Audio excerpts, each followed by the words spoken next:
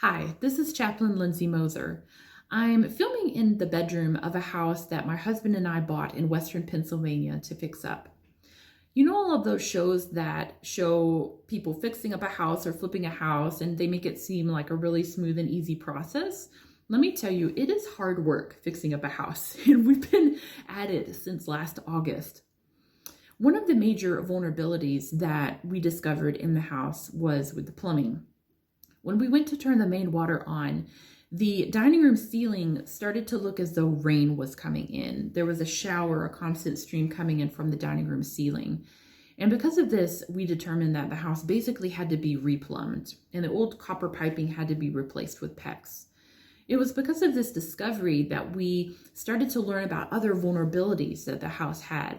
Vulnerabilities both in the plumbing in other areas of the house and other places that we wanted to restore since the house was built in 1900 or improve and change.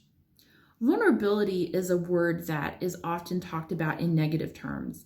If I have a vulnerability as a person, or if I am vulnerable in a particular way, it somehow implies that I have inadequacies or deficiencies. It's not really talked about as a positive thing, an opportunity for growth. But I would argue that being vulnerable, especially right now as we reevaluate and reassess the ways that we do life and the ways that we grow as a person, I would argue that vulnerability is actually a positive thing.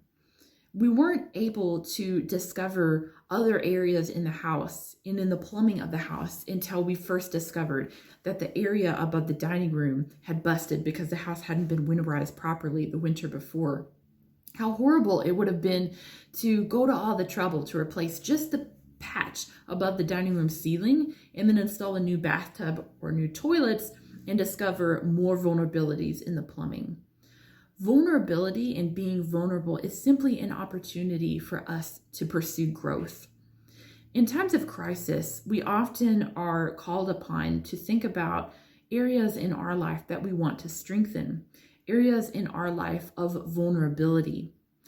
And again, I would argue that vulnerability is a positive thing.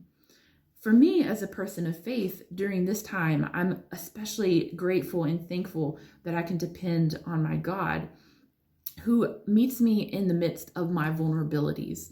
He knows the areas where I can't necessarily do something based on my own strength, and He's able to meet me where I am. During this time, even as your life is looking a different way, you might be stressed out. The landscape of your future is constantly changing, it seems, sometimes day to day or even hour to hour. I want to encourage you to be vulnerable. Relax into the arms of the people who love you and surround you with their strength. Allow your faith practice, if you follow one, to inform this growth that vulnerability can bring. It's simply an area where you can improve and strengthen. It's not a bad thing. You're not deficient as a person. You're not inadequate. You're not lacking in anything if you're vulnerable or if you have a vulnerability. But just like an old house that's been sitting abandoned and waiting for someone to come in and turn it into a home, you might have vulnerabilities. And if you allow yourself to open up to other people who are able to help you, or open yourself up in a faith practice, those vulnerabilities can be explored so that they can be strengthened. Vulnerability is not negative, it's positive. So let me encourage you as you continue your own personal home improvements on yourself and on your life and on your future to be vulnerable, knowing that vulnerability is a good thing, allowing you to grow and to change.